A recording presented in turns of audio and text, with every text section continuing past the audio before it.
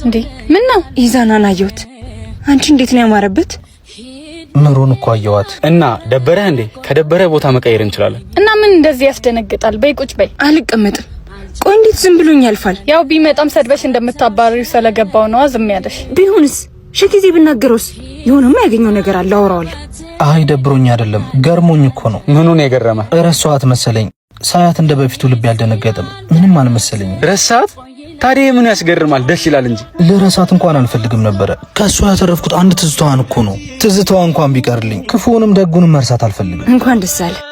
ደስ አለ አይደል? ስለረሳኸኝ አላለኝም። ከምረሳሽ ብጠላሽ ደስ ይለኝ ነበር። ችግር የለውም። መርሳቱን ከቻልክበት መጥላት አያቅትም። አብርሽ ተነስ እንሂድ። አልተከተለኝም።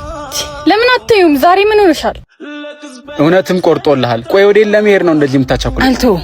ምን አግኝቶ እንደሆነ ማወቅ ፈልጋለሁ። ያስጀመርነው ማስጨረስ አለብን። ወደዛ እንሂድ። በተደጋጋሚ በሙታንሳ ማር ቅዱስ ሚካኤል ገዳም የሚገኙ አባቶች እንድታግዙ ስንጠይቃችሁ ነበር። በእናንተ እገዛ የእናቶች ባት ሙሉ ለሙሉ ተሰርቶ ተጠናቋል። 170 ሜትር ተራራ ተቆርጦም ደረጃ ተሰርቶ ለእንቅስቃሴ አመቺ ሆኗል። ወደ ገዳሙ የሚወስደው መንገድም ተሰርቶ ተጠናቋል። ነገር ግን አሁንም የአባቶች ባት ተሰርቶ ስላልተጠናቀቀ አባቶችን እናሳርፋቸው። ለማገዝ በኢትዮጵያ ንግድ ባንክ 1044 25 98 39 በአብሲኒያ 14 10 29 444